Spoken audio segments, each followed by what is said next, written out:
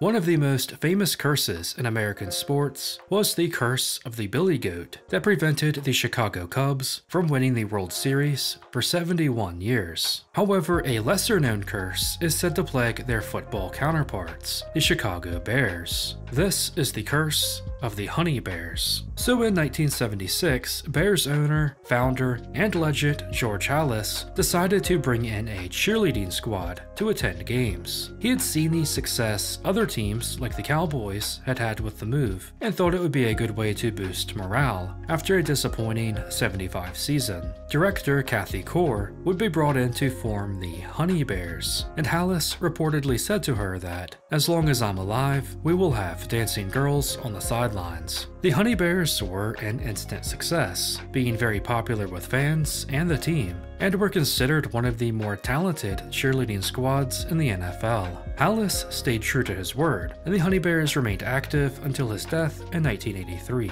However, with Halas's passing, ownership passed onto his daughter, Virginia Halas McCaskey, who along with her sons always loathed the Honey Bears. She saw cheerleading as a sexist and degrading thing towards women, even though the actual cheerleaders themselves did not agree with that sentiment. So when she took over, McCaskey wanted to immediately sever ties with the Honey Bears. However, they had a contract that could not be terminated, so they would have to wait until the 85 season when it would expire. Of course, that 1985 Bears season would be one for the ages, with the Bears winning Super Bowl X, capping off what many believe to be the greatest single season from any team in NFL history. Following that historic game, the Chicago Bears and the Honey Bears parted ways. The Honey Bears were a success, and the decision to let them go was a controversial one. The way ownership talked about cheerleading was kind of insulting to Kathy Core and the women there. Even today, the McCaskeys, the family that still owns and runs the Bears, remain steadfast in their belief that cheerleading is an unacceptable part of the game. Super Bowl X was the last time the Honey Bears suited up for the Chicago Bears, and since that fateful game, the franchise has seen its share of mediocrity. Since reaching the highest of highs in '85,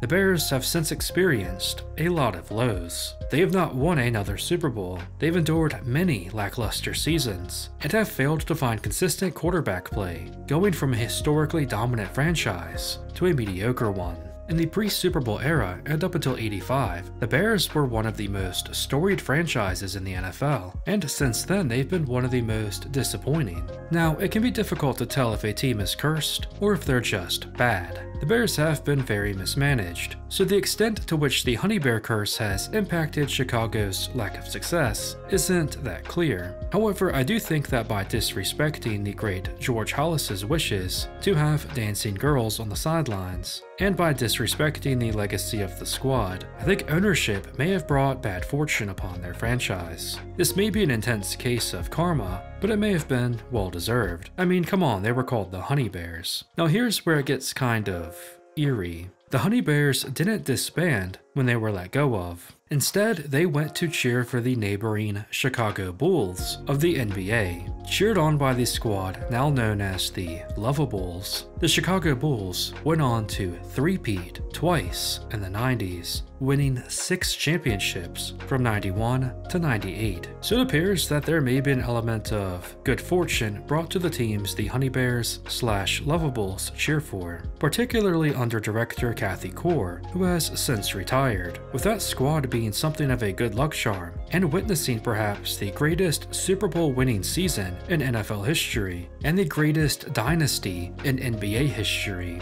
I didn't even know about this curse before making this video, but I don't think that this can all be a coincidence. Despite not being that well known outside of Chicago, this is a very real curse, and until ownership either brings back the Honey Bears or issues an apology, the curse will likely remain in effect. Given that it's been almost 40 years, I think this has to be considered a top-tier curse, at least for the time being.